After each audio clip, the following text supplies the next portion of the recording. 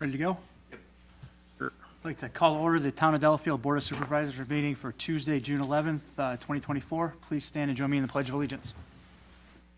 I pledge allegiance to the flag of the United States of America and to the republic for which it stands, one nation, under God, indivisible, with liberty and justice for all.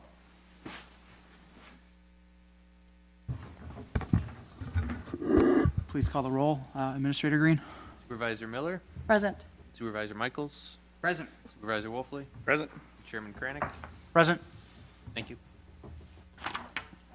Citizens' comments. Public comments from citizens regarding items on or not on the agenda. The board may not engage in discussion with the citizens making the comments. Individual presentations are limited to 3 minutes, and citizens shall follow the rules set forth in section 2.04, paren 1, paren D of the town code. Is anybody here that would like to make any comments? Please come up to the podium and state your name and address. Seeing there are no citizens' comments, let's move on to the approval of the May 28th, 2024 town board minutes, please. I would motion to approve the minutes from May 28th. Second. There's a motion and a second to approve the minutes. All in favor, say aye. Aye. Opposed? Motion carries 4-0. Next item, actions on vouchers submitted for payment. There are no actions to amend the 2024 budget, so I'd look for a motion on accounts payable and payroll, please. Motion to approve payment for checks 67695 through 67722 in the amount of $70,899.15, and payroll checks to approve payroll dated June 7th, 2024 in the amount of $16,943.65. A second. There's a motion and a second to approve accounts payable and payroll. All in favor, say aye. Aye. Opposed? Motion carries 4-0. Next item, communications for discussion of possible action. Discussion on outdoor tornado sirens in Waukesha County. I've received several emails from concerned residents that the town of Delafield does not have tornado sirens or warning sirens in the town. And I just wanted to put this on the agenda so that we can talk about it and kind of give the board an update and the community an update on what I've discovered thus far. That I think it's really a good opportunity for educating the public on tornado sirens and sirens. The fact that they're just intended for people who are outdoor. And that as those at the Plan Commission meeting like 2 months ago experienced, we all have our phones that all go off when there are warnings if our phones are. There was 15 sirens in here that night. Yes. Yeah. But I also understand that our neighbors over in the city of Delafield are going to be talking about the same topic next week. And I also understand from the folks over at the Emergency Management of Waukesha County that outdoor sirens is a best practice, but I don't feel that the town should, go it alone, because we cross, the municipalities cross various lines. And really, we should be very scientific if we're going to talk about where these sirens should be. I mean, for example, I think we can, maybe one should be on Hillside Drive. That would cover both the town and the city. So I think there are some opportunities for some cooperation. So I just want the board to know that we'll have some discussions of understanding what the cooperation may be. Yeah. And then also the opportunity to educate the public about the sirens, why we don't have sirens, and other ways to get those warnings. So, and I did invite the fire chief to speak too, if he wants to back me up or have any comments about what I just said.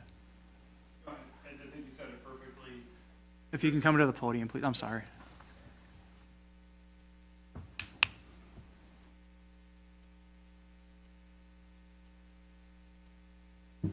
No, I think you said it perfectly. I think this is a partner-up type opportunity, so you don't have dueling coverages and sirens in one spot that you don't need them.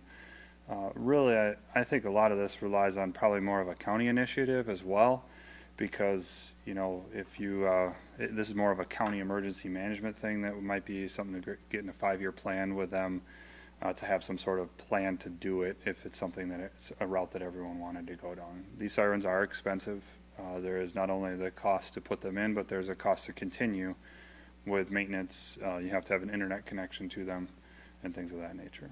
So the other thing I'd point out about the tornado sirens is that they are not as location specific as cell phones. So the National Weather Service, when they issue a tornado warning, they'll do it in a box, is what they call it. They draw a box or a polygon around where they expect the tornado to be. And if that tornado is in the northern half of the county, and we're in the obviously south of 94 here, and it's not expected to come this way at all of the sirens in the county will go off. So it's there's just some things that everyone should know about with that too. And I actually experienced that like 3 weeks ago on a Saturday.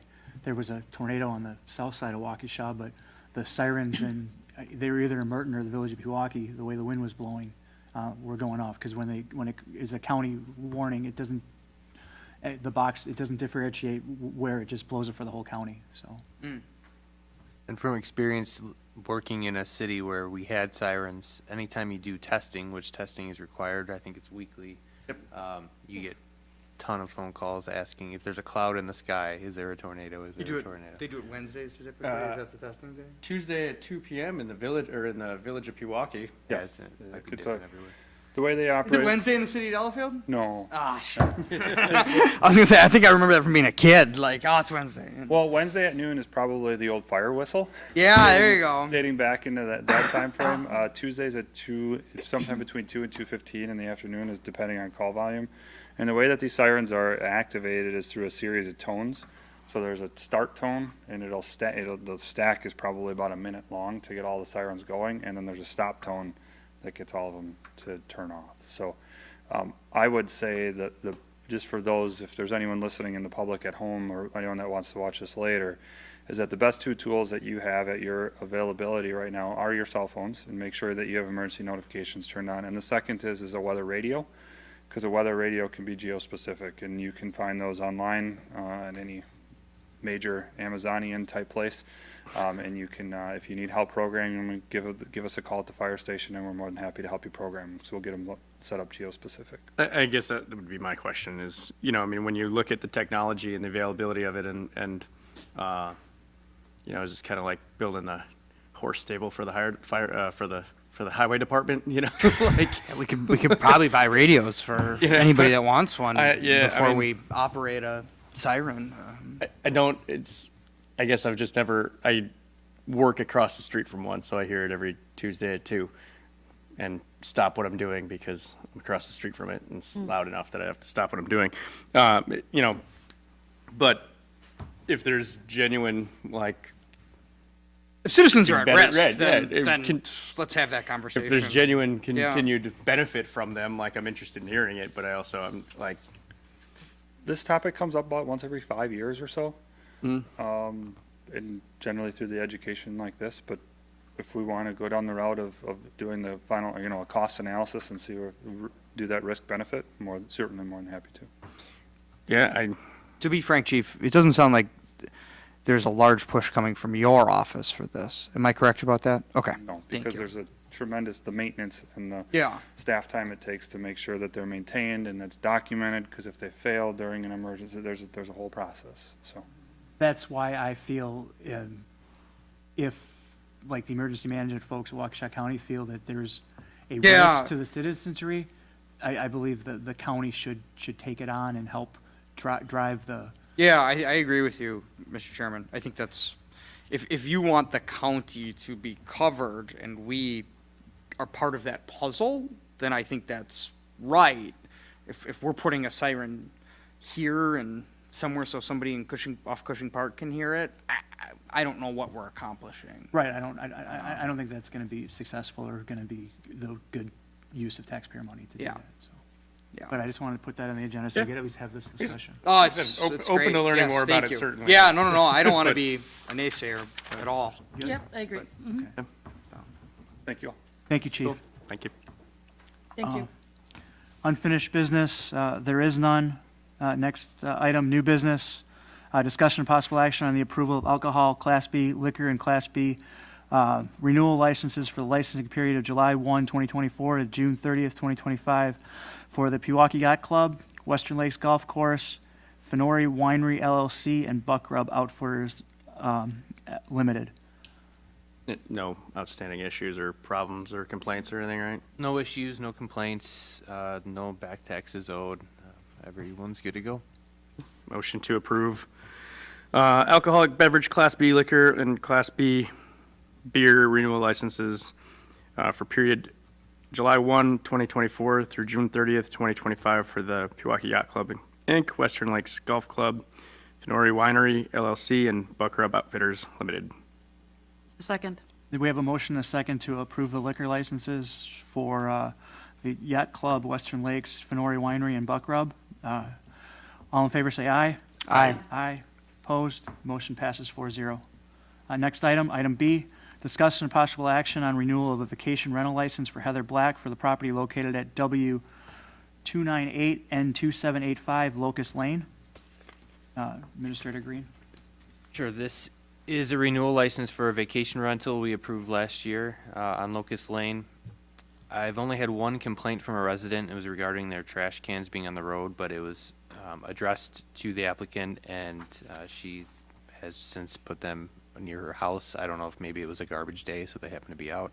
Otherwise, I haven't received any complaints, and I recommend approval of the renewal. Motion to approve the renewal of vacation rental license for Heather Black at property located W298 North 2785 Locust Lane. Second. Motion is second to approve the vacation rental license. All in favor, say aye. Aye. Opposed? Motion passes 4-0.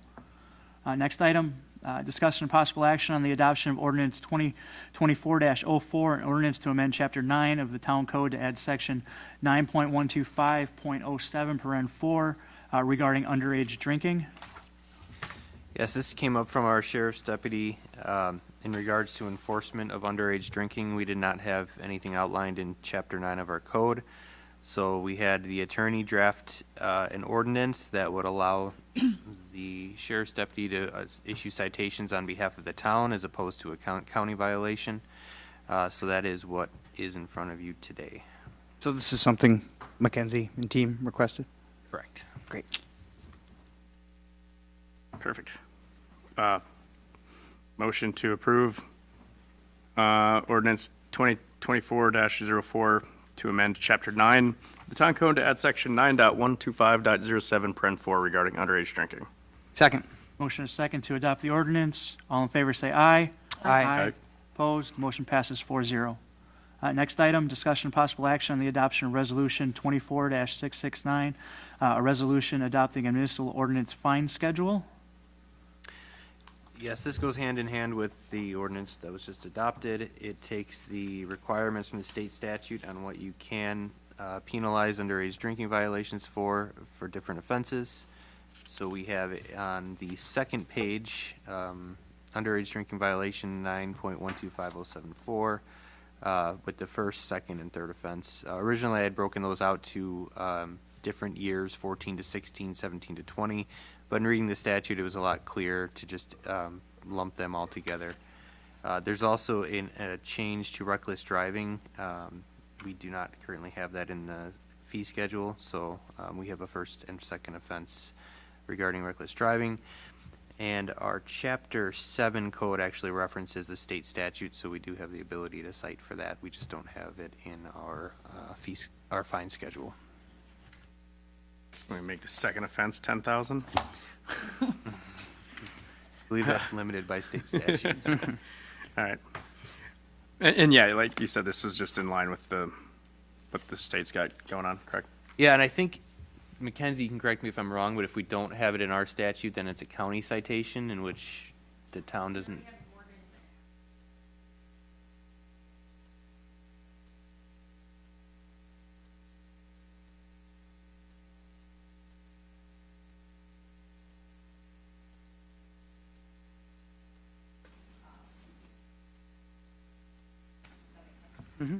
We're just getting in line with the state statute. Yeah. I would motion to approve resolution number 24669, adopting a municipal ordinance fine schedule. Second? Motion is second to adopt Resolution 24-669. All in favor, say aye. Aye. Aye. Opposed? Motion passes 4-0. Announcements of planning items. There's a town board meeting on Tuesday, June 25th at 6:30. We have board of review on that Thursday, the 27th at 5 o'clock here. There's scheduled to be a plan commission meeting on July 2nd. Is at that still 6:30. scheduled?